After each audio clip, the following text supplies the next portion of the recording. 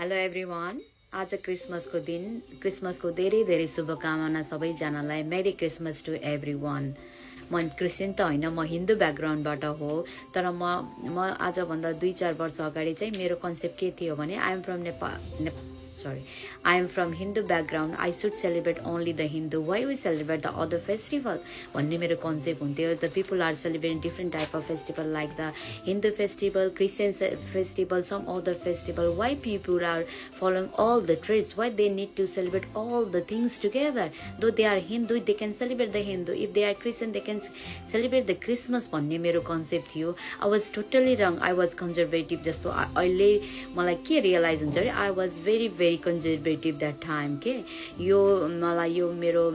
माइन्डको revolution भनौँ न यो चेन्ज हुनको लागि आज 7-8 वर्षमा बस्छु के जहाँ मेरो प्राय साथी मेरो नेबर्स मेरो फ्रेन्ड्स अनि त्यो फेरि मेरो डे टु डे लाइफमा काम गर्ने वर्कमेट्सहरू सबै क्रिस्चियन हुन्छन् उनीहरूले क्रिसमस फेस्टिभल चाहिँ एकदमै धुमधाम मनाउने गर्दछन् मलाई चाहिँ कहिल्यै फिल भएन कि I should celebrate the Christmas I always have one concept in my mind that I am from Hindu background I need to celebrate only the Dashain Tihar Teej or blah blah blah festivals I feel I was totally wrong festival भनेको त happiness share गर्ने it's the way of exchanging the happiness सबै like हिन्दूको क्रिस्चियनको some other festival other रिलिजनको के concept हुन्छ भन्दा पार्ने एकै ठाउँमा जम्मा हुने just like Christmas concept is family getting together eating together for lunch dinner or like time spend गर्ने अनि त्यस्तै गरी हिन्दूको पनि सेम कन्सेप्ट हुन्छ सो योपालि चाहिँ मैले I join all the parties like Christmas party I go for the